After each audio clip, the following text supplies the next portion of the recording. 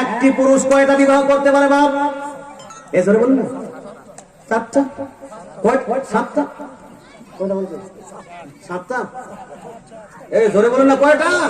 যে ভয় বলছে না হুজুর এদিকে বলবো ওদিকে আমার স্ত্রী রাগ করবে। হ্যাঁ, এখন বলে লাভ নাই। শরীয়তের বিধান আপনি যদি না মানেন, আপনার স্ত্রী না মানেন, কিয়ামতের দিন এই কোরআনের বিধানকে কেউ যদি না মানে, আপনাকে ঘাসিটিয়ে জাহান্নামে নিক্ষেপ করা হবে। এটা মানতেই হবে। শরীয়ত যখন অধিকার দিয়েছে, অধিকারটা মানতে হবে, কবে না ভাই? এই জোরে বলুন, হবে কবে না? আল্লাহ তাআলা কোরআন শরীফের মধ্যে কোরআন শরীফ সূরা নিসা আয়াত নাম্বার 3 নম্বর আয়াতে আল্লাহ বলছেন, ফানকিহু মা তাবা লাকুম, হে আমার বান্দারা তোমরা বিবাহ করো মিনান নিসা, মহিলাদেরকে, মাসনা ওয়া সুলাসা ওয়া রুবা, তোমরা 2টা করে বিবাহ করো, 3টা করে বিবাহ করো, 4টা করে বিবাহ করো। আর যদি তোমরা এই 4টার মধ্যে ইনসাফ না করতে পারো, আদল না করতে পারো, তাহলে একটাই করো, একটা থেকে বেশি করো না।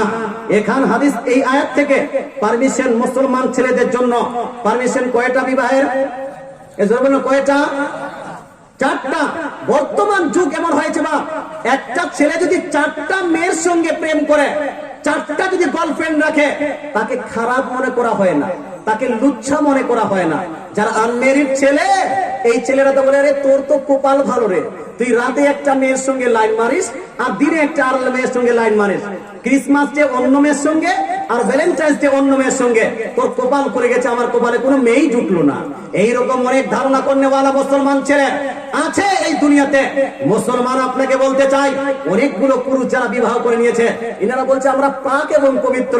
না না না না, এই হয়তো ইসলামপুর গ্রামে পাক পবিত্র মানুষগুলো বেশি আছে, কিন্তু মালদাতে যখন আমি যাই, সেই মালদাতে দেখছি এই এক ছেলে বা 2 আপনার বাচ্চার বা 3 বাচ্চার বা, ও দেখবেন যে আনমেরিড কোন মেয়েকে নিয়ে পালিয়ে গেছে, লাইন মারছে, নিজের স্ত্রীকে রেখে মন্টুর মায়ের সঙ্গে, ঝন্টুর মায়ের সঙ্গে লাইন মেরে ধরা পড়লো।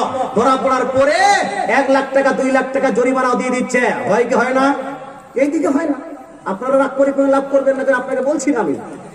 হ্যাঁ, হে মুসলমান, বিবাহের পরেও 2টা 3টা প্রেম করলে আপনাদের সমস্যা নাই, এটাকে লুচ্ছামি মনে করা হয় না, এটাকে আপনার খারাপ মনে করা হচ্ছে না। বিবাহের আগে প্রেম করা কত পবিত্র মনে করা হয়। হাই রে পবিত্র প্রেম রে! আপনাকে বলতে চাই, বিবাহের আগে প্রেম হোক, বিবাহের পরে প্রেম হোক, যেই প্রেম পৃথিবীতে চলছে, যেই প্রেম শরীয়ত বিরোধী প্রেম, এই প্রেমকে ইসলাম কোনোদিনই সাপোর্ট করবে না। আজকে যেটা লুচ্ছামি সেটা লুচ্ছামি নয়, আর যেটা লুচ্ছামি নয় সেটা লুচ্ছামি হয়ে গেছে।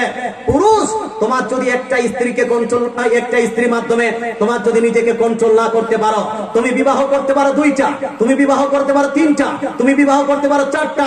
এই 4টা বিবাহকারীকে বর্তমান 1টা বা 2টা বিবাহ করলে বলে লুচ্ছা মানুষ, 2টা বিবাহ করেছে বলে না। এই 2টা বউ রাখনেওয়ালা মানুষকে ভালো বলে না খারাপ? বলুন না। এই দাদুদেরকে জিজ্ঞেস করুন, পূর্বে মানুষদের 2টা 3টা করে স্ত্রী, মানুষ ভালোই বলতো। হ্যাঁ, কিন্তু বর্তমান সময় যদি কোনো ছেলে 2টা বিবাহ করে, ওর চরিত্র খারাপ, এর ব্যবহার খারাপ। একটা স্ত্রী হলো না, 2টা স্ত্রী রাখছে। শুনুন, আল্লাহ তাআলা আপনাদেরকে অধিকার দিয়েছেন, পুরুষদেরকে অধিকার দিয়েছেন, পুরুষদেরকেও মেনে নিতে হবে 4টার অধিকার আছে, আর মেয়েদেরকেও মেনে নিতে হবে যে আমার স্বামীর 4টার অধিকার আছে। এটাকে অস্বীকার করতে পারবেন না, এটাকে লুচ্ছামি বলতে পারবেন না। যদি আপনি লুচ্ছামি বলেন, এটাকে যদি অস্বীকার করেন, তাহলে আপনি মুসলমান থাকতে পারেন না। কারণ আল্লাহ যেখানে অর্ডার দিয়ে দিয়েছেন, সেখানে মুসলমান হয়ে সেটাকে মেনে নেওয়ার নাম হলো ঈমান। সুবহানাল্লাহ। তবে যদি আপনি ওই 2টা বা 3টা বা 4টা স্ত্রীকে সঠিকভাবে চালাতে না পারেন, তাহলে আপনার জন্য একটাই যথেষ্ট। বিবাহ করতে হবে, বা ছেলে এবং মেয়ে 2জনে বিবাহ করবে। তবে এখন আমার